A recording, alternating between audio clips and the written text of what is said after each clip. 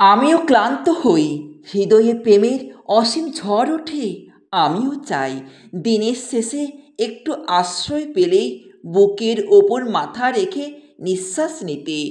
জ্বর এলে আমারও মন চায় কেউ আমায় আবোল তাবোল কথাগুলো মন দিয়ে শুনুক, কপালে হাত রাখুক, স্পর্শ করুক, সারা রাত পাশে বসে জলপট্টি দিক। আমারও মন খারাপ হয়, তখন ইচ্ছে করে একাকিত্বে কেউ পাশে বসে কথা বলুক মনোযোগ দিয়ে। কারণ প্রচণ্ড মন খারাপে একা থাকা মানেই একটা যন্ত্রণা। সঙ্গপ্রিয় একজন মানুষ ছাড়া সেই যন্ত্রণা কেউ বোঝে না। এইসব ছাইপাশ দুঃখবোধ আর ভালো লাগে না। দিনের শেষে নিথর দেহ কারো বুক চায়, এলোমেলো মনটা চায় একটা স্থিরতা। আমিও তো ভেবেছিলাম তুমি সেই শেষ আশ্রয়, অথচ তুমি তো কই ঠাঁই দিলে না। না তোমার পায়ের কাছে, না তোমার বুকের কাছে। দিনের শেষে ক্লান্ত শরীর আর মন নিয়ে আমি নিজেকে সান্ত্বনা দিই, অপেক্ষায় থাকি। এই বুঝি তুমি একটুখানি খুদে বার্তা পাঠাবে। তুমি ঠিক আছো তো? মাইগ্রেন কমেছে? গায়ে জ্বর আছে? ঠিকমতো ঔষধ খেলে তো? স্ক্রিন ফেটে যাওয়া ফোনের দিকে তাকিয়ে থাকি, কিন্তু তোমার কোনো বার্তা আসে না। তবু তুমি বলবে তুমি আমায় ভালোবাসো, সেই তুমি বলতেই পারো। তবে ভালোবাসলে টের পাওয়া যায়, বোঝাও যায়, আচরণে বোঝা যায়। ভেবেছিলাম তোমার বুকেই আমার ঠাঁই হবে, অথচ আজকাল পৃথিবীর কোথাও আমি নিজেকে খুঁজে পাই না।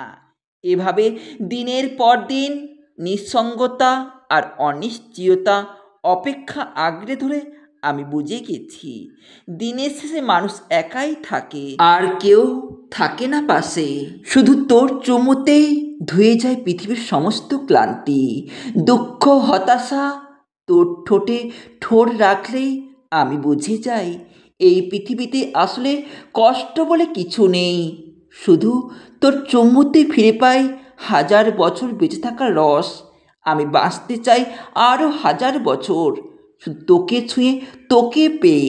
এই যে তুই আছিস, এই জন্যই আমার কোনো শোক নেই, কোনো অভিযোগ নেই। তুই থাকলে সব ঠিক আছে।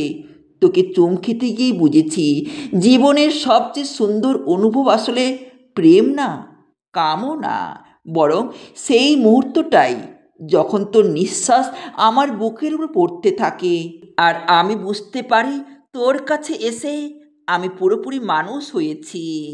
তুই তো আমার পাখি, তুই ছাড়া আমার এই পাগল মনটাকে আর কে সামলাবে বল? তুই আছিস বলেই তো প্রেম নামে হৃদয়ে।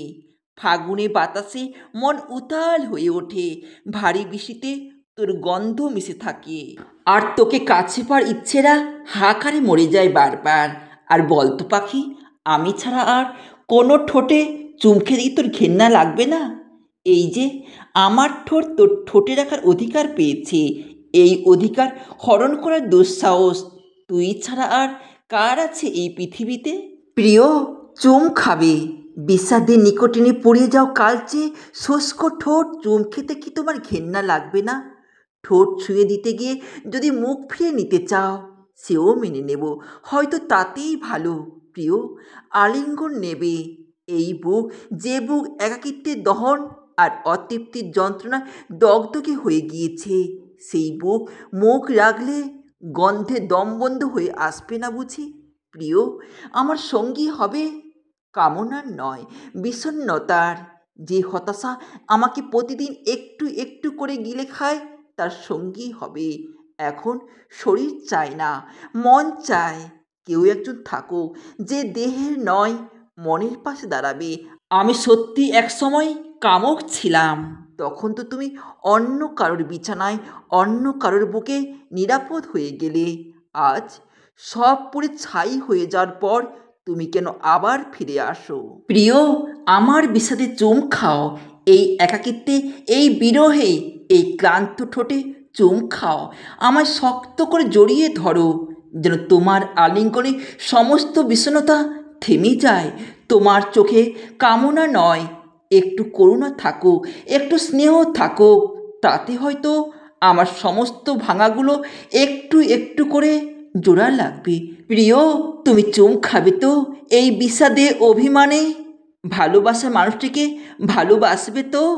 ঘুম মানুষকে সব ভুলিয়ে দেয়, শারীরিক যন্ত্রণা, মনের বিষাদ, কেউ অসময়ে ছেড়ে যাওয়ার পর বুকের ভেতর জ্বলে ওঠা ধিক ধিক আগুন, অর্থ কষ্ট কিংবা অসহায়তা, সব কিছুর উপর এক নিঃশব্দ চাদর টেনে দেয় ঘুম।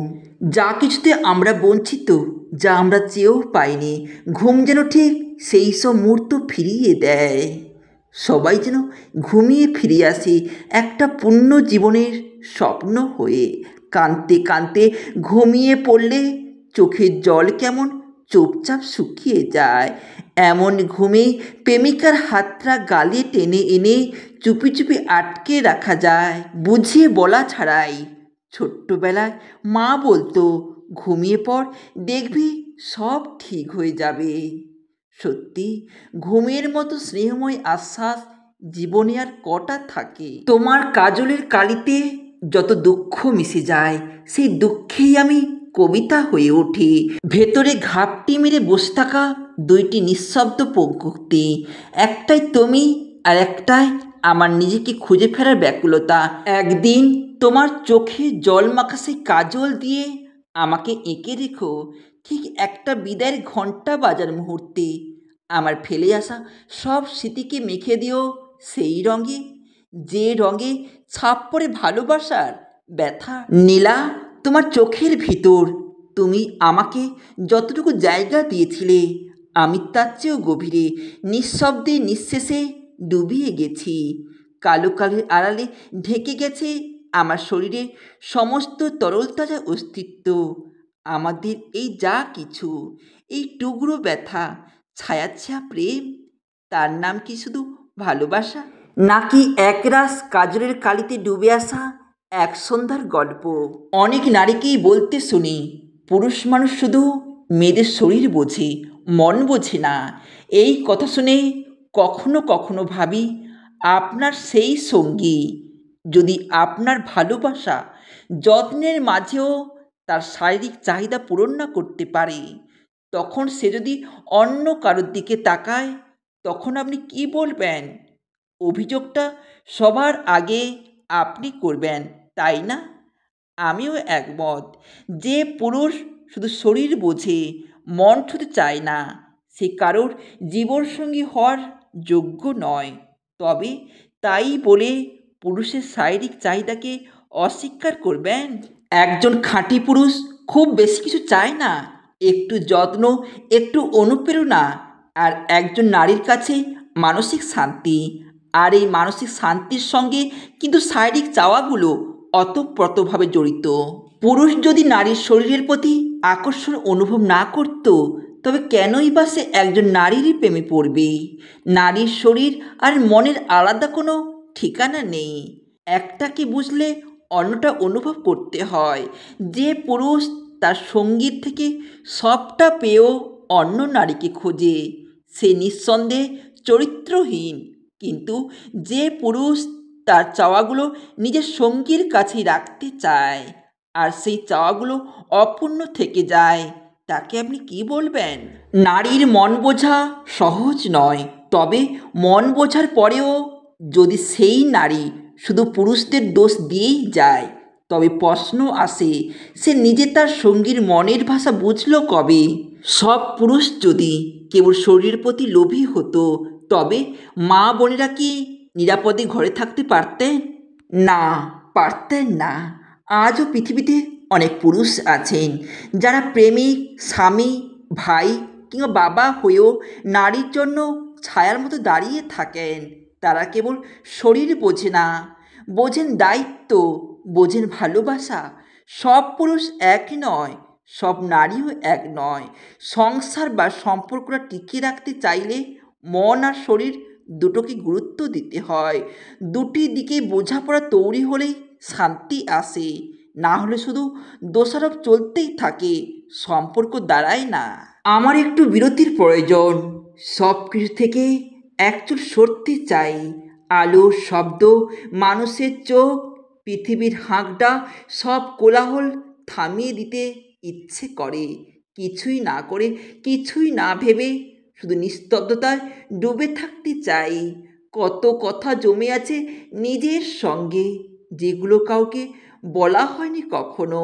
ভেতরে একটা ক্ষীণ কান্না, একটা দীর্ঘশ্বাস, একটা আমিও ক্লান্ত। এই শব্দগুলো কাউকে শোনাতে চাই না, শুধু নিজের কানে বারবার বাজতে চাই। এই মুহূর্তে দাঁড়িয়ে আমার কারো ভালোবাসা দরকার নেই, কারো বোঝা কিংবা আশ্বাস দরকার নেই। শুধু নিজের সঙ্গটাই দরকার, একটু নিঃশব্দ পাশে থাকা, একটু গভীর নিজের মুখোমুখি হওয়া। আজ তাই আমি কেবল চুপ করে বসে থাকতে চাই, নিজের ভিতরের শব্দগুলো নিজেই শুনতে চাই।